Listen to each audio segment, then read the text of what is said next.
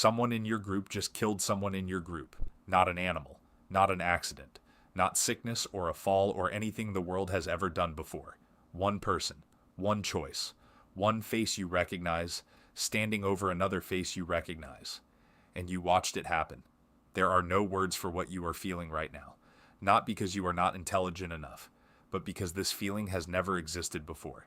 In the entire history of conscious life on this planet, no mind has ever had to process what yours is processing in this moment. Your hands are shaking. Your chest is locked. Something is firing in your nervous system for the very first time. And here is the question nobody has ever asked about this moment. Not what the killer deserved. Not what justice looked like, but what happened inside the witnesses. What that feeling was. Where it went. And why every moral instinct you have ever felt in your entire life.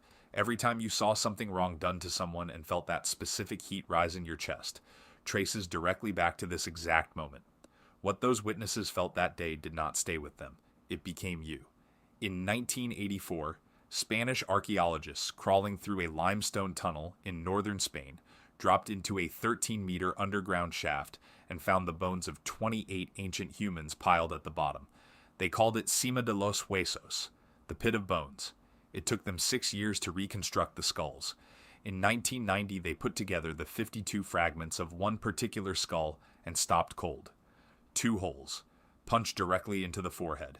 Same size, same shape, made by the same object. 2 blows, and no healing around either wound. This person died immediately. The skull was 430,000 years old.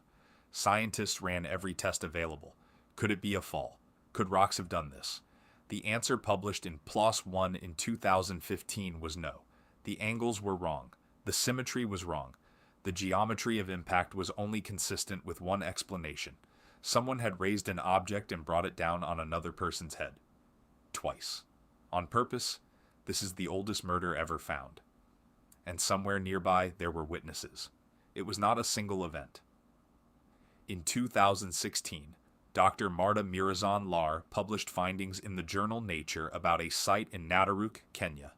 27 skeletons, 10,000 years old, left exactly where they fell, one man's wrist bone still positioned as if bound, obsidian blades embedded in skull after skull, a pregnant woman on her side, unborn child still inside her, different continent, different era, same story. Witnesses came back and found this, and had to stand there with no language for what they were looking at. To understand what those witnesses felt, you need to understand what their world actually was. These were not strangers. A hunter-gatherer band of 30 to 50 people is not a crowd. It is a single organism. You were born into these people. You knew exactly how each one of them laughed, who snored, who was reliable in a crisis, who told the best stories. Your survival, every single day, depended entirely on every single one of them. When someone died of fever, the grief was real, but it had a shape. The world is dangerous. Bodies fail. That kind of death fits inside a story that makes terrible sense. But this. One person you knew, choosing to erase another person you knew. That did not fit any story that had ever existed. Neurologist Antonio Damasio's research on emotional processing found something that reframes everything. The brain does not process intentional harm the same way it processes accidents or natural death. It fires on a completely different circuit. The response is not just sadness. It is something hotter. Something that does not want to sit still. Something that demands a response. Researchers call it moral outrage. And what makes it unlike anything else in the animal kingdom is this. It is not triggered by harm to you. It fires when you witness harm done to someone else. The fact that you are standing while they are not is precisely what makes it unbearable. Something in your nervous system refuses to file this under things that simply happen. This circuit, firing for the first time in the witnesses at that shaft in Spain, is the same circuit firing in you right now when you see injustice. When you watch someone being treated wrongly and feel that tightening, that refusal to look away. That is not a modern emotion. That is 430,000 years old. Now here is the question nobody could answer. What do you actually do with it? Anthropologist Christopher Boehm studied hunter-gatherer societies across 6 continents for decades. His finding was consistent across nearly all of them. When a member of the group crossed into lethal, deliberate violence, the community did not exile them. did not imprison them. The response was something far more deliberate: collective execution. Everyone participated. Everyone struck. No single person became the killer. No single family had grounds to seek revenge against any specific individual.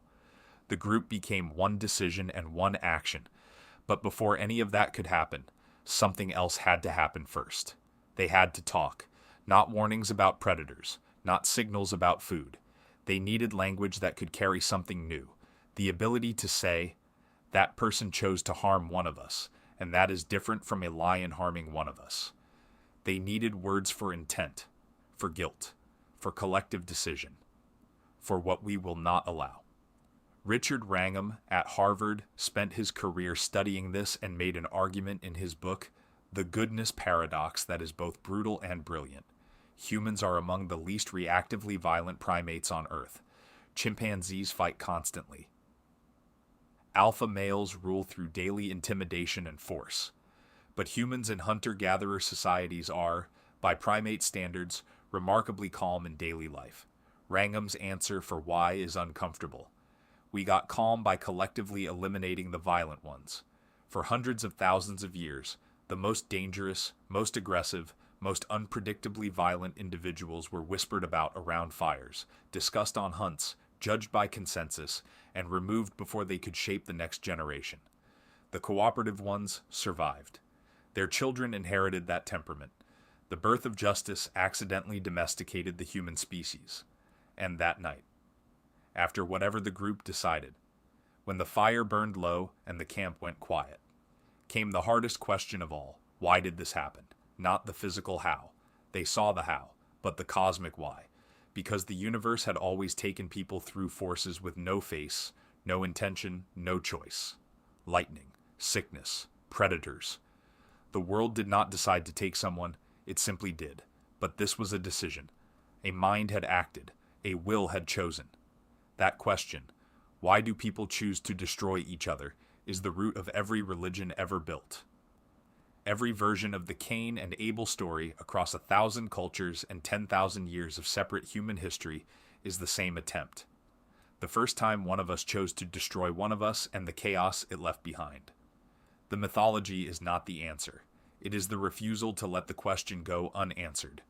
And here is the detail from Sima de los Huesos that I cannot stop thinking about.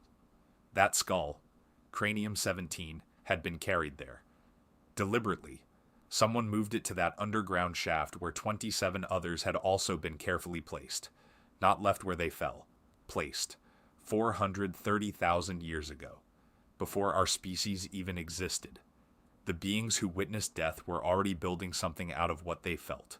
Already refusing to leave it unmarked. Already insisting that the death of someone known should mean something. Every grave ever dug traces back to that. Every name spoken in a room after the person it belonged to is gone. The first witnesses had no words for what they saw, but they carried the body somewhere quiet and they stayed with it.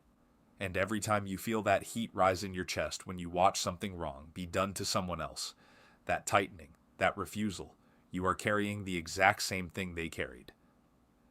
It has never gone out.